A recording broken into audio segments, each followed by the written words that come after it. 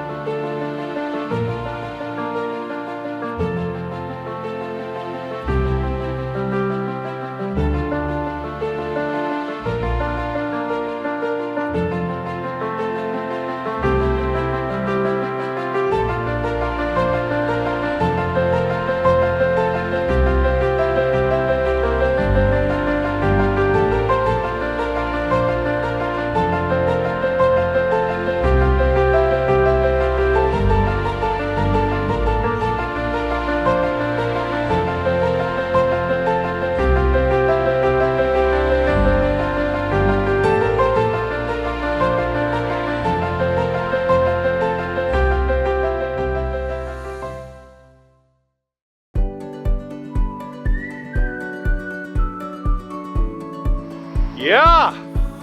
Now we're talking. Woohoo! Woo! Woo! Woo! Woo! Woo! Woo! Woo! Woo! Yeah! Wow! Then I got foggy later on. Someone honked, I waved. Hey! A fan! Woohoo! Woohoo! Woohoo! Woohoo! Woohoo! Woo! I'm on my way home, sweet home. It's a new day, it's a new dawn, it's a new life. Is that the song, Michael Bublé? I feel bad, I don't even know the last word. But I'm back in the saddle again. Slow down, you move too fast. You got to make the moment last. Dun da da da da da da da da da da, and feeling groovy. And I've made up my mind, I ain't wasting no more time, 'cause here I go again. It makes me happy, like a bridge over troubled water. Wide open spaces, the Dixie Chicks. Wide open spaces. Ontario, Ontario, Ontario, Ontario. What do you know? I'm in Ontario. I got a song for you. It's a small world after all. It's a small world after all. It's a small world after all. La la la la la la. Anyway, here I go again on my own, walking down the only road I've ever known. Like a twister, I was born to walk alone. Hi, it's Matthew Dickson of mindaid.ca. I'm bicycling across Canada for mental health. It's okay. It's down on the ground, but he's not out for the count. Just rested him there. He doesn't need no repairs or anything needed. Whoa! I've gone to hell. There's my bike. Forrest Gump. There's my boat. This is the Shoe Swap Lake. How do you like the view? Do you like the view through the barbed wire or above? Through or above? Anyway, there's some uphills and some downhills. Kind of like life in general. I don't know if you call it a spire. I could aspire, it could aspire to be a spire. Haha. Makes me perspire if I had to climb it. I did it. Summited it. Summited it. With schizophrenia. Wow, look at me go! It is a quiet road. A few cars go by. At some point it's blocked off for cyclists. So then we'll rule the road. Very cool landscape. It's almost like it's a secret world. It's Narnia! I've discovered Narnia behind the wardrobe. Made it to Hannah! Hannah, Alberta.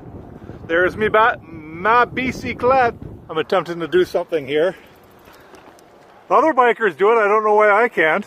It scared me. Taking a video while I'm biking. Is this like texting and driving? Going uphill. I'm going so fast now. Where are you, Matthew? Look at me. I'm biking down the road with one hand. Hey!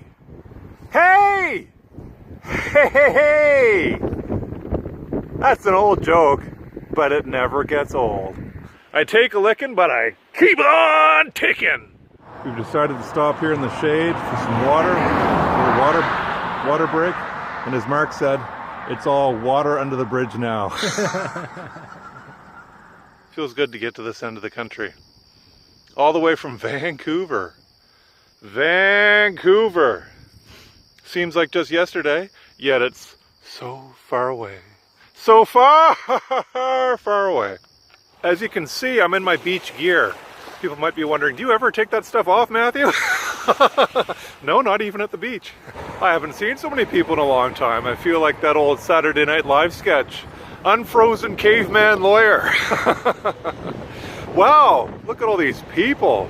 I don't know, your modern ways confuse me. Woo!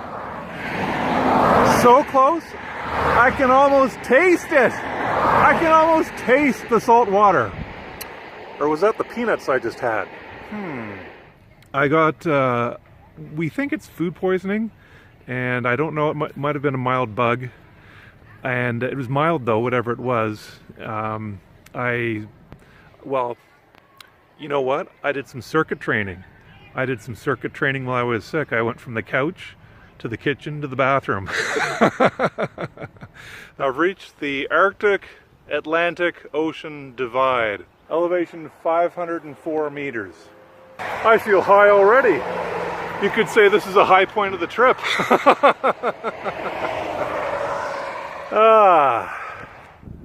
Look at that. I would call that a superior view. Quite superior to all other views.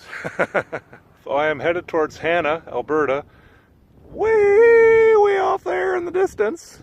You can see where I'm headed. I don't know if you can see it. I'm very lucky to have the wind with me, because when it's in your face, ooh boy, slows you down like frozen molasses.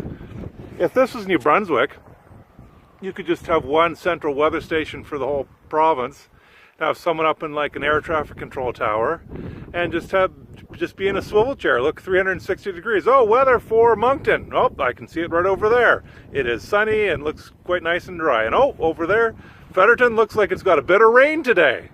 Look at that. You could just have one person doing the weather for the whole province. They are so flat, in fact. if you look even further off into the distance, way off into the distance, you can see the curvature of the space-time continuum. In fact, the space-time changes so much, way over there behind me, over Manitoba, it changes by a whole hour.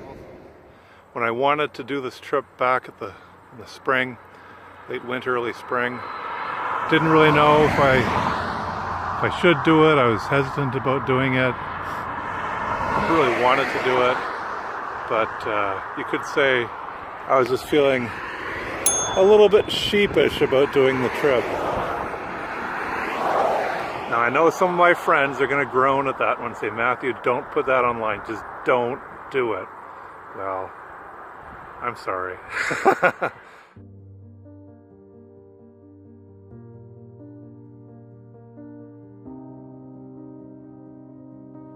Okay, I'll just say it. When I was a kid, I thought camping was great, or when I was youthful, even with 20s, 30s, 40s, and for some reason I'm not enjoying it as much. And I'm like, Matthew, come on. You used to like camping. I still do like aspects of it.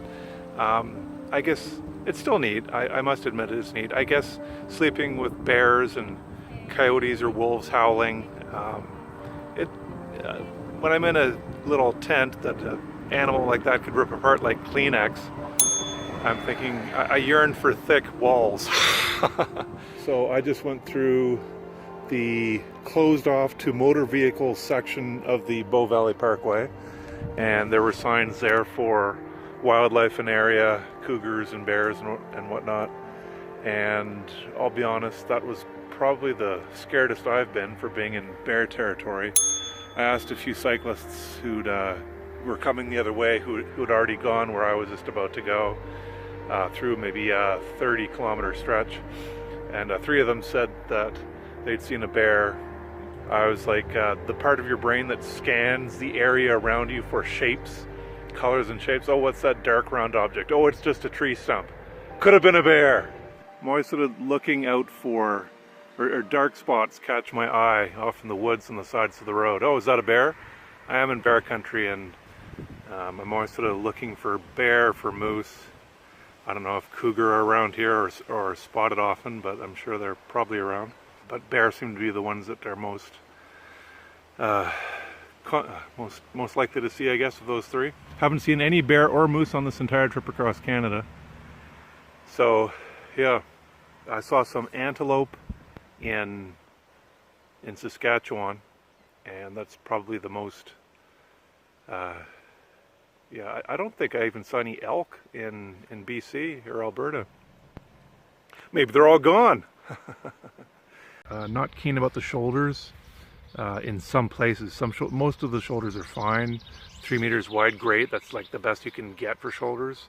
But along this highway, Route 11, some are, well, some are 2 feet wide, which isn't too bad.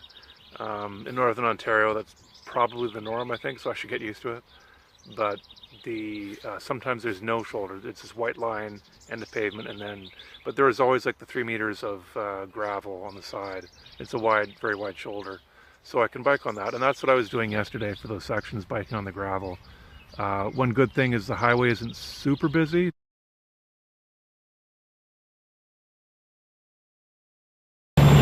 Climbing Rogers Pass, mountainous, but up ahead, whoo, that's dry.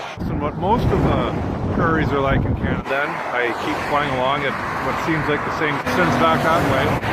So, onward, west, the mountains in Canmore, where all the dates and leaving Canmore.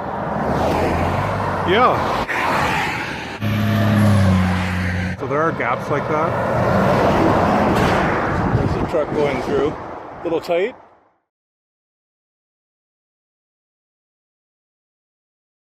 It's fairly busy, and all the Saskatchewan drivers, they pull way over into the other lane. So nice. They say the locals here said, yes, that's what we do. We pull way over for cyclists or maybe other people on the side of the highway. And as a cyclist, that is wonderful.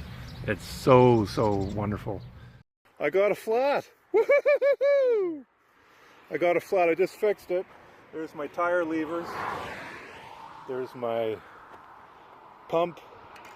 There's the despicable old tube.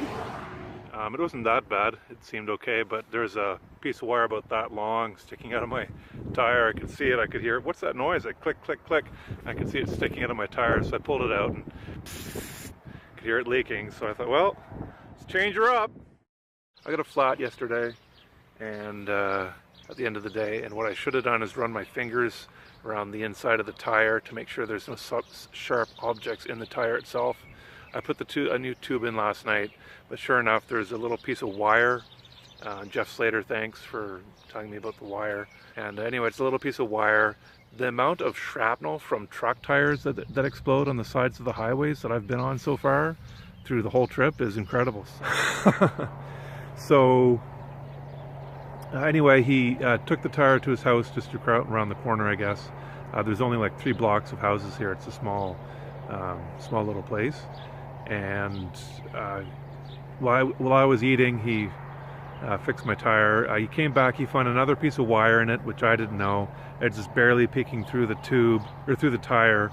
And anyway, we got that out. He said he soaked it with soap and water. He found probably 3 or 4 maybe micro little holes that might be punctures when the tube maybe spun around at some point. If you don't understand what I'm talking about, I'm not 100% sure about everything I say related to this. So Bruce knows a lot about bikes. He was telling me even more than other things, like the difference between radial and bias ply tires, bike tires. He said my tire and tube are both bias ply, which means any patch will work on them. Does anybody know anything about radial bike tires? I had never heard of that before. I guess radial tires, some patches don't work well on them. What do I know? I just work here. I got some gear, and I think that's all I got. And 3 spare tubes, so now I've got 5 spare tubes for the Northern Ontario stretch. Thunder Bay, if I get a flat before then, I'll get another tube, and so on. So there must be Canadian tires along the way through Northern Ontario that I could get some at. So 5 is probably overkill, but as Jeff Slater, who fundraised to get my bike, this new bike, he said, you know, if you have 5 spare tubes, chances are you'll never have to use them.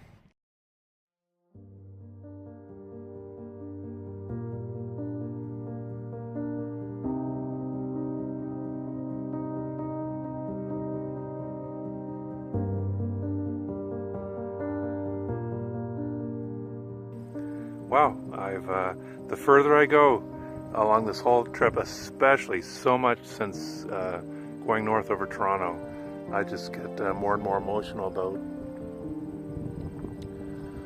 what I'm doing. It's to show that someone with schizophrenia can actually do this. Wow, 30 years of recovery, many, many years of being alone, feeling helpless, unneeded, unwanted, unloved, and cared for, even though those weren't true. Those negative feelings of embarrassment, guilt, confusion, stress, depression, anxiety, overwhelmed, feeling like you're going to just, like things are going out of control. Everyone has that feeling sometimes where you feel like you're just going to go crazy. There's too many things going on. And I had moments like that as a youth every now and then, and they're usually followed by some tears. But that's kind of what I had, for a rough analogy, for pushing 30 years from severe to mild all day long. And to be able to do this trip. And after having biked through such a beautiful section of highway that I've never been on before, through coastal plains, beautiful weather. Yeah, I could have disasters up ahead. I could have flat tires. I could have 7 flat tires today. But you have moments like this, and you just have to enjoy them. I've biked from Vancouver to almost just above New Brunswick, and yeah, and seeing the tidal low tide and high tide today in the St. Lawrence River, reaching at least an inlet of the Atlantic Ocean, the other side of the continent, is it's a milestone. Anyway, I'll keep biking here. I'll keep the emotions to a minimum for viewers' sakes.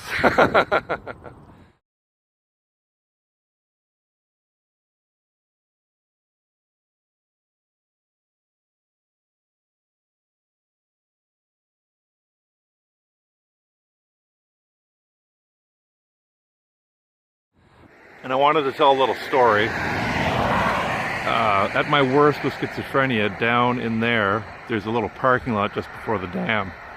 And I was in the psych ward at the time in 1994, and my parents came to get me to take me for a trip out of the psych ward for probably a couple-hour pass, and I look forward to that. I liked getting out of the psych ward, and I was 22, and just 2 years earlier, I had bicycled across Canada and wanted to do more fun stuff like that with my life. But here I was at 22, and we went for a drive, and it was so challenging for me to be in that car. Mom and Dad, we drove up to the dam, just wanted to do a loop around the dam, up the valley, across the dam, and back the other side, back to Fredericton. And we got to the dam, and I said, Dad, you have to pull over. And I was just so keyed up, and I said, you got to stop the car. And we sat in the parking lot just before the dam for, I don't know, 20 minutes, 30 minutes or something. And I just tried to regroup, get my bearings. Not get my bearings, but just calm down, I guess is the right word. And after a while I said, okay, I think we can go now. And I just felt so ashamed, embarrassed. I didn't have to, but that's the way I felt.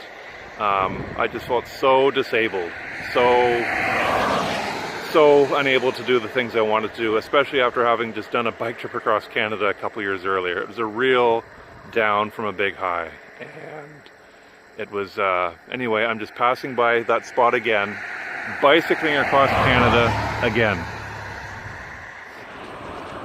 Sometimes things are just hitting home, getting closer to the end of a journey. A big one like this that I've been waiting 30 years to do.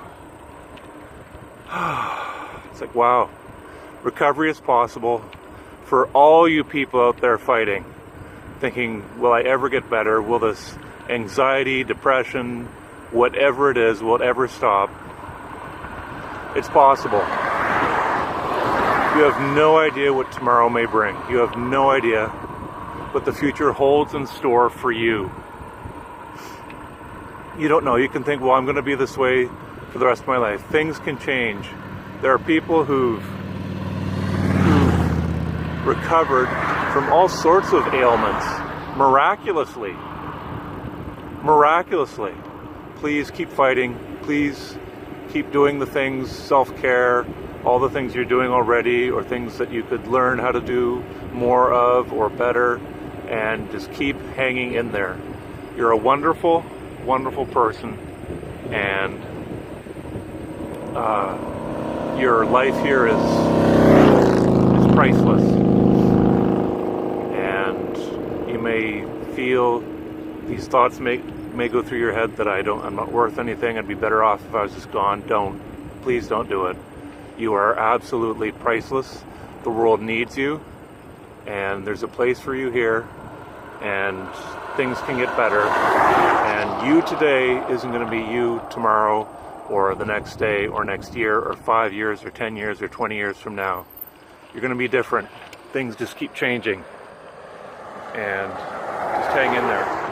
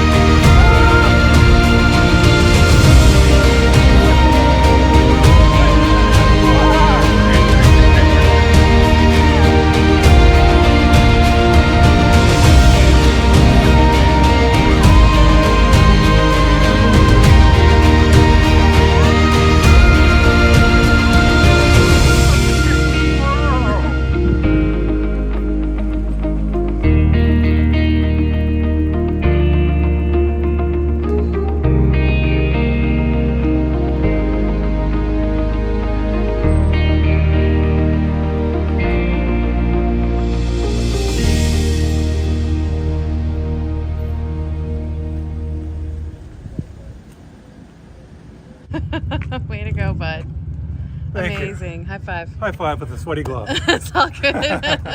How do you feel? I feel relieved, amazed, enthralled. The last time I was here, I couldn't see the view. I can see it this time. Exactly. So this is what it looks like. This is what it looks like.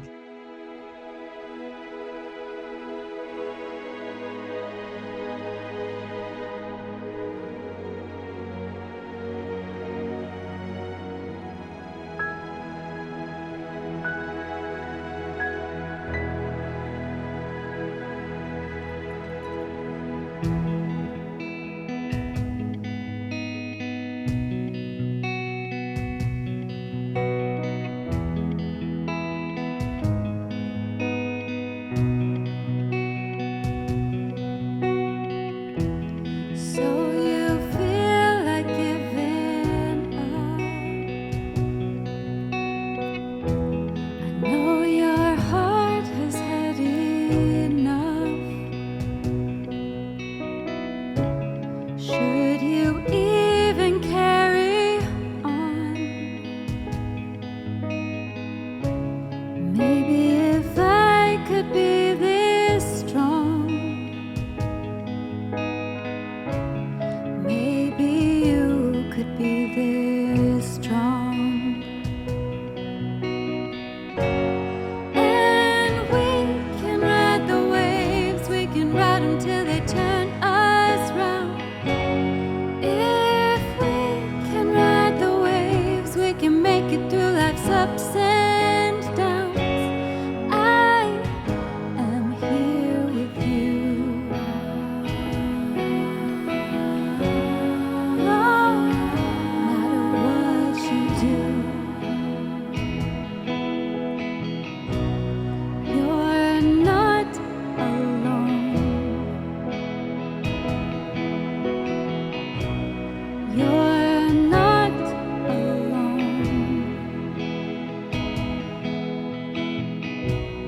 You're not alone this time.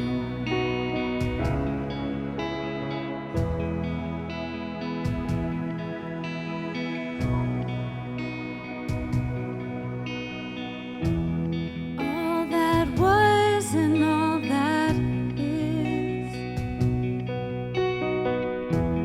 How do you live with this? Can you let some hope seep in? Keep you afloat till this day ends. Rest now, tomorrow we'll start again.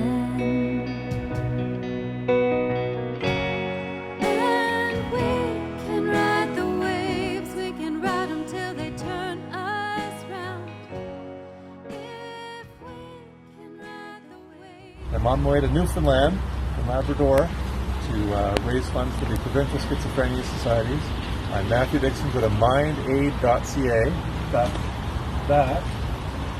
And yeah, wish me luck. Good luck, Matthew. Here I go. Bye, Matthew. See ya. Have a great trip.